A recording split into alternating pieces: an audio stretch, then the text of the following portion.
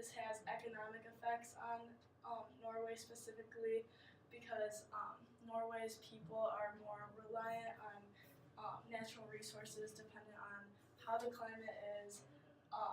Climate patterns will obviously be harder to predict with like the changing instability, and specifically reindeer are really popular in Norway, and their food, which is lichen, it freezes before it's covered by like the protective layer of snow that comes like during the annual like change in the weather. But with like global warming happening, it causes financial losses to the Sami people, which are the indigenous people of Norway, who herd reindeer and make a living off of reindeer herding.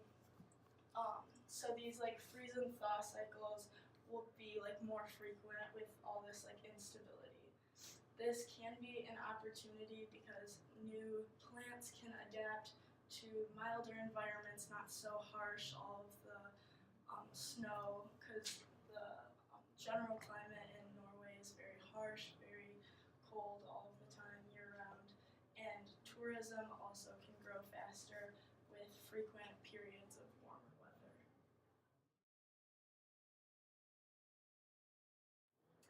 A second vulnerability for Norway is their increase in rainfall. So with more rainfall, that means that there's less snow, so the springs usually double and winters are shorter.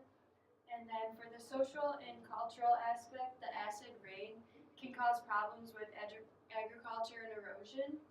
And that means that there's more damage to homes because homes start to flood and buildings get damaged. So with the economy, property damages come back to the economy because it costs extra money to fix everything that's gotten ruined. And that puts animals at an extra risk as well because their homes are ruined and there's too much rainfall to keep up with their regular day lives. And then an opportunity for this is that the people are actually benefiting from the increase of rain and the reduce of snowfall because this means that the grains in the harvest during the fall time are able to last longer and they're able to make more foods and produce more. And then with the economy, an increase in river flow allows hydropower to produce more electricity and support power during the wintertime. And then for the social and cultural, as winter becomes shorter, the fall and spring reduces. Okay, so in Norway, due to climate change, the mean temperature is increasing. The average temperature has risen from 1.8 to 2.2 degrees Celsius, which is substantial for the amount of time that it's been between. The temperatures have been like more in the winter, melting the majority of the ice that Norway has. The cultural and social aspect of this causes like a destruction of habitat for all of the wildlife, and it's spreading alien species, spreading new bacteria. The ecosystem is trying to like rebalance itself. The economic aspect is that Norway has become one of the world's most leading welfare states, and income levels are changing dramatically. An opportunity of this is benefiting the farmers because Norway subsists on like a lot of like agricultural, like farming and crops, and so fruits and vegetables are growing at a rapid rate, which is very good for the economy, very good for all of like the social aspects. Prices are going down, and there's a wider range of food to choose from. Okay, so another vulnerability is the ice is starting to melt. So what's been happening now is in more recent years, the snow has been falling and then it hits the ice before the lake is frozen. So with the ice melting, it's making it very unreliable for all the Sami peoples, and it's making them having to change their journeys, how they're getting around.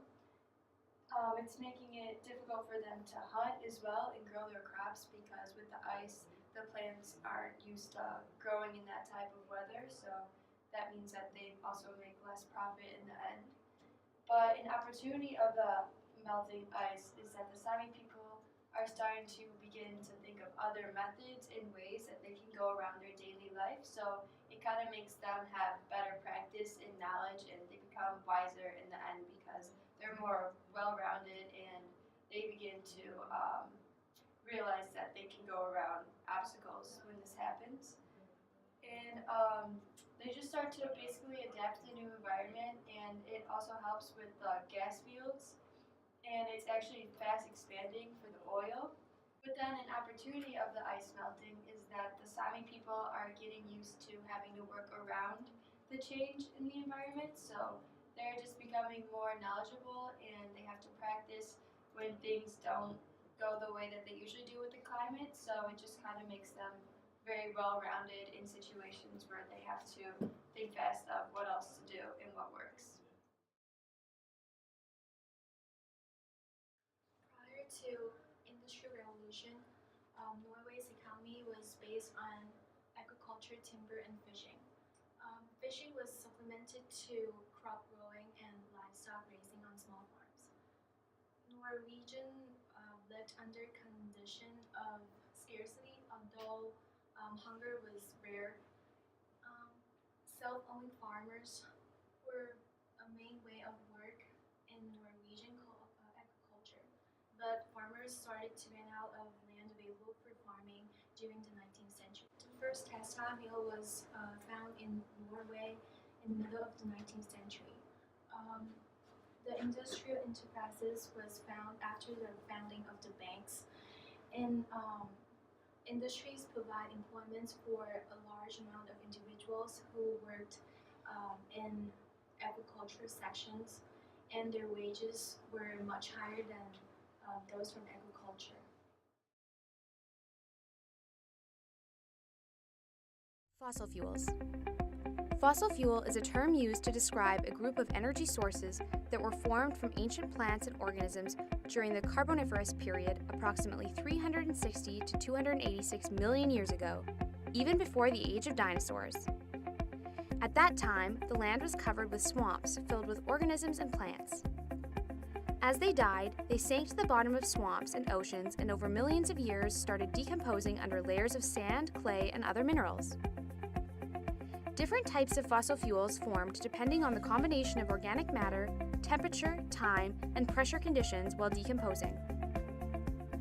There are three major types of fossil fuels: coal, oil, and natural gas. Coal was formed from ferns, plants, and trees, which hardened due to pressure and heat. Oil was formed from small organisms like zooplankton and algae, where pressure caused the more complex organic matter to decompose. Natural gas was formed by the same process as oil, only it was exposed to more heat and pressure, causing it to further decompose and turn into a gaseous form. Fossil fuels are sought-after energy sources because they have a high energy density. They are the world's dominant energy source. Fossil fuels have a variety of applications from electricity production to transport fuels. They can also be used to make a variety of common products, from plastics to cosmetics to even some medicines. These resources have powered industrialization over history and continue to do so today. Fossil fuels can be an abundant and cheap, or in some cases, a scarce and expensive form of energy, depending on geographic location. For this reason, geopolitical issues arise due to scarcity caused by the natural geographic allocation of these highly valuable resources.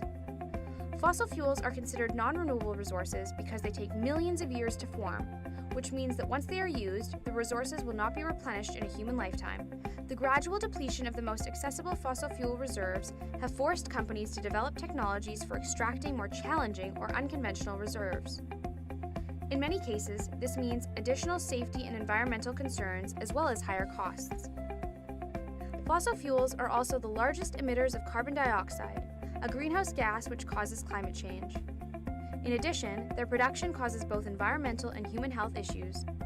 These concerns have triggered society to look at alternate sources of energy that are more environmentally sustainable and renewable. That's fossil fuels.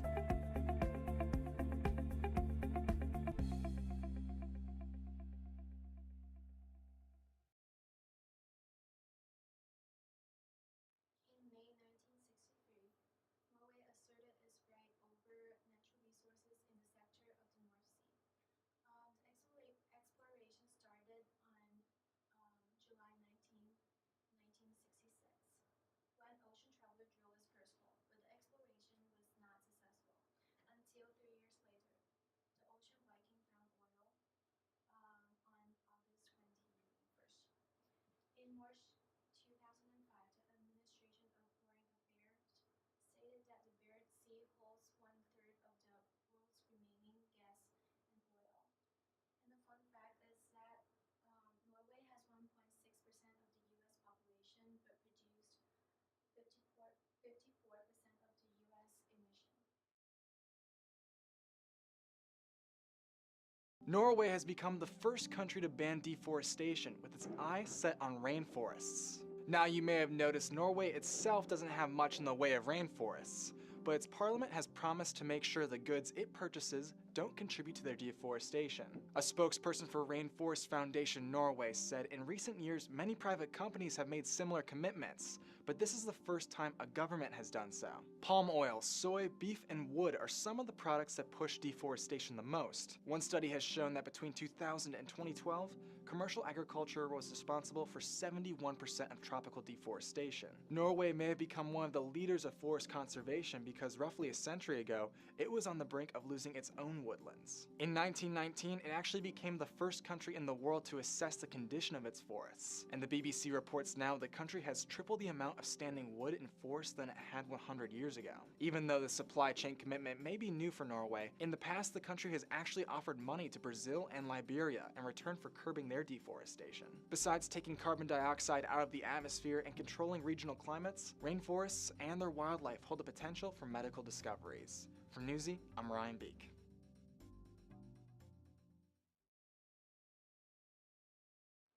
A century ago, Norway was on the edge of losing its forests forever. The consumption of CO2 in Norway has increased from 14 million tons in 19th century to 32 million tons in 2011. After Norway banned deforestation, the rate of deforestation has been slowed down by 50% over the past 25 years. Today, Norway has become the first country to ban deforestation. Any product that contributes to deforestation would not be used in the country. Limiting deforestation allowed forests to reduce CO2 concentration.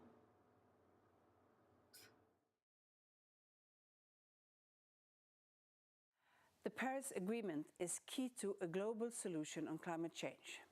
It is a turning point in our fight against global warming and its negative effects. Its success will depend on the strength of our political leadership and our willingness to take action. I'm proud to say that Norway was one of the first states to ratify the Paris Agreement. And I urge countries that have not yet ratified the agreement to do so as quickly as possible. Its entry into force will be a strong signal of the world's commitment to fighting climate change. Norway is already working hard to reduce greenhouse gas emissions. By 2030, together with the EU, we will reduce emissions by at least 40% compared to 1990 levels. We will also continue our international efforts to support climate action, in particular to reduce emissions from tropical forests. Now it's time to roll up our sleeves and really get to work, to build trust and show true leadership. Together, we will make the Paris Agreement work.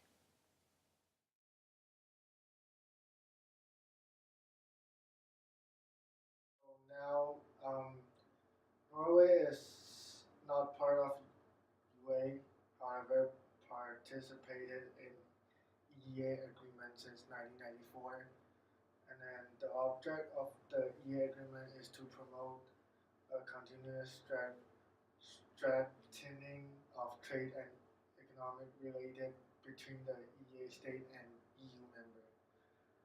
And then so the Norway politics, since the 1990s, Norwegian climate policy has focused on first, education, second, public awareness, third, training.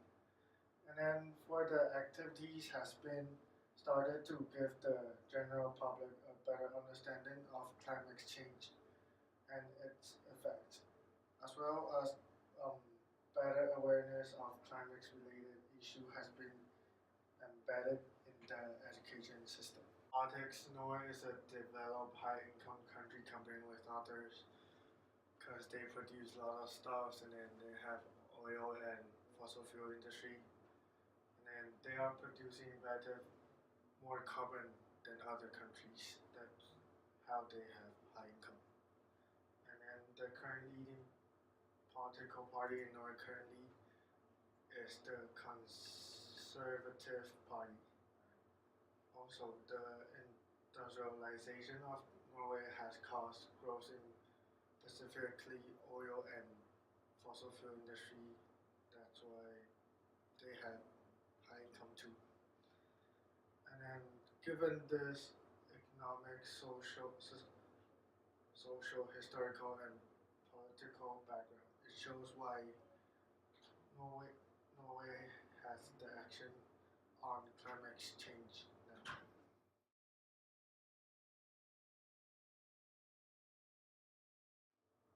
So the Norway's position in UNFCCC. Norway committed to the UNFCCC on March 27, 2015. Under the Kyoto Protocol, Norway committed to making sure its greenhouse gas emissions don't exceed the 1990 level by more than 1% in the period 2008 to 2012. The Paris Agreement will come into effect in 2020. It is set to prevent average global temperatures rising above 2 degrees for clean and sustainable development. And governments agreed to submit their NCDs in advance for Paris. And then Norway has maintained constant with its plan to lower emissions despite its booming oil industry.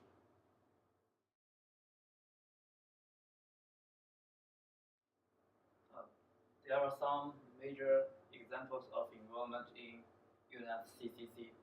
On February 2015, at least 40% reduction of global warming gases in 2030, compared to 1999, to be developed into an emissions budget for the period 2021 to 2030. And on March 2015, Norway submits its climate action plan ahead of Paris 2015 agreement. Priority areas are reduced emissions in the transport sector and low emissions technology in industry, and carbon dioxide to capture and storage, renewable energy, environmentally friendly shipping. And then on the August 2014, among the international activities underpinning efforts to conserve forests is Norway's International Climate and Forest Initiative. The goal is to help ensure that forests are included in it, a new international climate,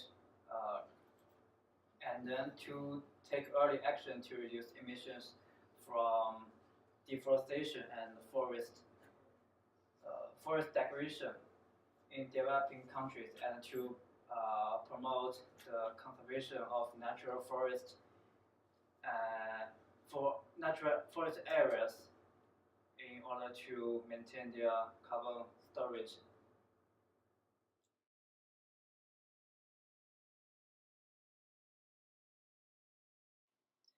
We are proposing an expanded use of renewable energy worldwide. There should be quotas met by each big city dependent on population on how many sources of renewable energy need to be in place. By signing the Paris Agreement, it sets the target goal on where a country wants to have their GHG emissions. Having said, once the country has a goal in mind, they are able to take action and act upon what they have to propose.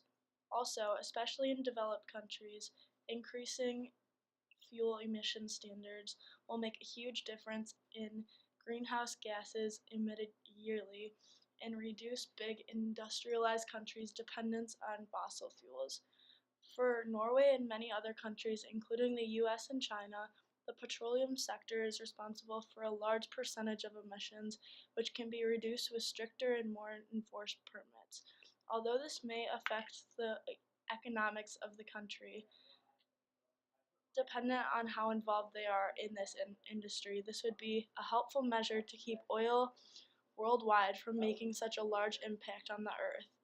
We're also proposing an increased international participation in research related to climate change so that each country has responsibility to seek out and gain as much information as possible, emphasizing on areas that they have expertise on. For example, Norway specifically has more knowledge regarding oceanic and coastline behaviors surrounding climate trends.